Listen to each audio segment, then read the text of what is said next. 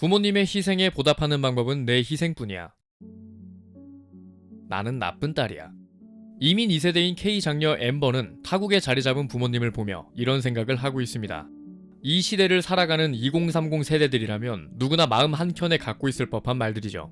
부모님이 추구하는 바, 이를테면 멀쩡한 사위를 데리고 와서 일궈놓은 가업을 물려받는 것 정도일 텐데, 물론 부모님은 자식이 본인처럼 고생하지 않고 편하게 살았으면 하는 마음에 이렇게 생각하시는 거겠지만, 이런 분위기라면 본인이 원하는 직업을, 꿈을, 동반자를 선택하는 게 사치라는 죄책감이 들기 마련이죠.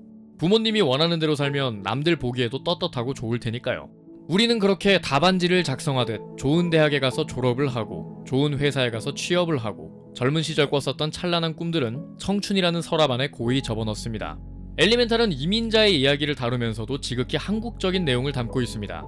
1950년 한국전쟁 이후 한강의 기적이라 불릴 정도로 단시간 내에 성장한 대한민국은 그 과정 속에서 어쩔 수 없이 가족이 우선이고 집단이 우선시 될 수밖에 없었죠. 그렇다 보니 다양성을 포용하기보단 사회에 쉽게 녹아들 수 있는 사람을 선호하게 되었습니다.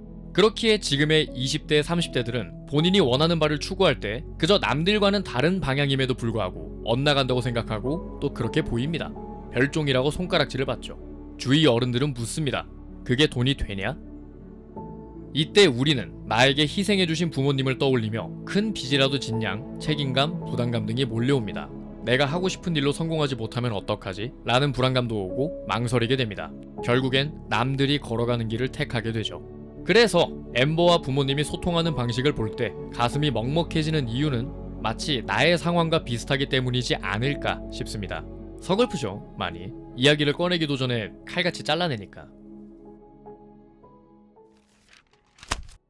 엠버가 불로 표현된 것 또한 우리네 모습과 많이 닮아 있습니다. 우리는 감정을 표출하는 데 있어 어려움을 겪기 마련입니다. 특히 울고 싶을 때 우는 법을 모르는 분들이 참 많습니다. 엠버가 이런 얘기를 해요. 나는 살면서 눈물을 한 번도 흘린 적이 없다. 그리고 엠버는 감정을 쌓아두다가 한 번에 펑 하고 터지는 모습들을 보여주죠. 무슨 일을 해도 마음속 깊은 곳에서 화가 치밀어 오르는데 이 화가 대체 어디서 온 건지, 나는 왜 화가 난 건지, 하지만 너무 답답해서 화가 계속 나고 이걸 억눌러야만 하고, 그리고 이 화를 잘 억누르는 사람이 훌륭한 어른이라고 얘기를 하니 내 감정을 있는 그대로 나타내는 건 민폐다, 숨기는 게 좋다 라고 인식하게 되죠. 우리 모두가 웨이드가 되자는 건 아니에요. 다만 슬프기 때문에 울고 다가올 일에 대해 두려움을 느끼는 건 우리가 약한 사람이라서가 아니라 그만큼 솔직한 사람이라서가 아닐까요? 어느 정도 감정을 다스릴 줄은 알아야겠지만 자신의 감정에 대면할 줄 알아야겠죠. 그렇게 우리는 단단한 사람으로 성장할 테고요. 짤막하게 제 이야기를 좀 해드리자면, 기존에 하던 채널이 쫄딱 망했을 때 당장의 수익이 없는 거예요. 이건 실패잖아요.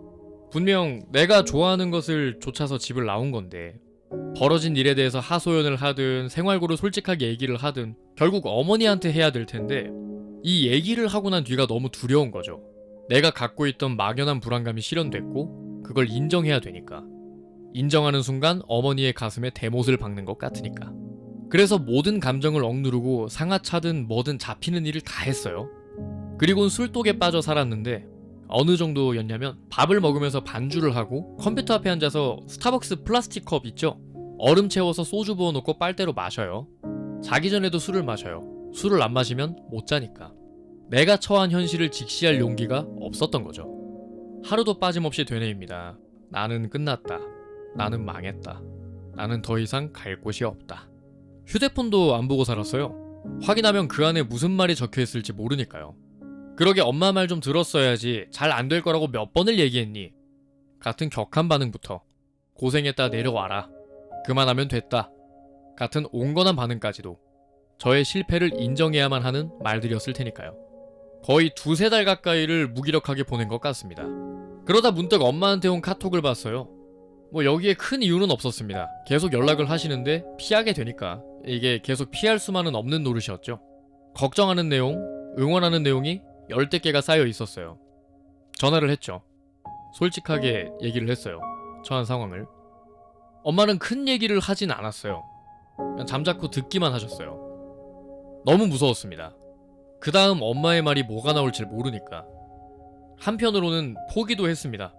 집에 내려와라 하면 그냥 내려가자.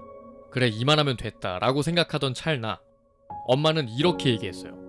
여태껏 잘해왔으니까 앞으로의 너도 믿는다. 이게 전부였어요. 포기하려던 순간에 힘을 실어준 건 아이러니하게도 제가 제일 걱정하던 어머니의 한마디였습니다. 그제서야 처한 상황과 대면할 용기가 나더라고요. 정신 차리고 유튜브 짬짬이 하면서 회사를 다녔습니다. 언젠간 제가 영상에서 얘기했던 것처럼 유튜브 수입이 월급의 2배 이상이 될 때까지 그냥 꼬라 박았어요. 닥치는 대로 했어요. 그러니까 뚫리더라고요, 길이. 다시 제가 원했던 길을 갈 수 있었고 더 단단하게 걸어갈 수 있더라고요.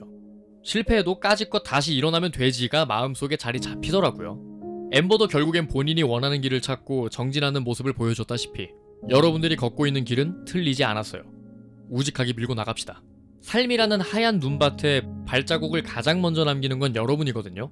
처음 발자국을 내딛는 뽀득뽀득 소리를 즐기세요. 그 누구도 걸어가 본 적 없고 정답은 없습니다.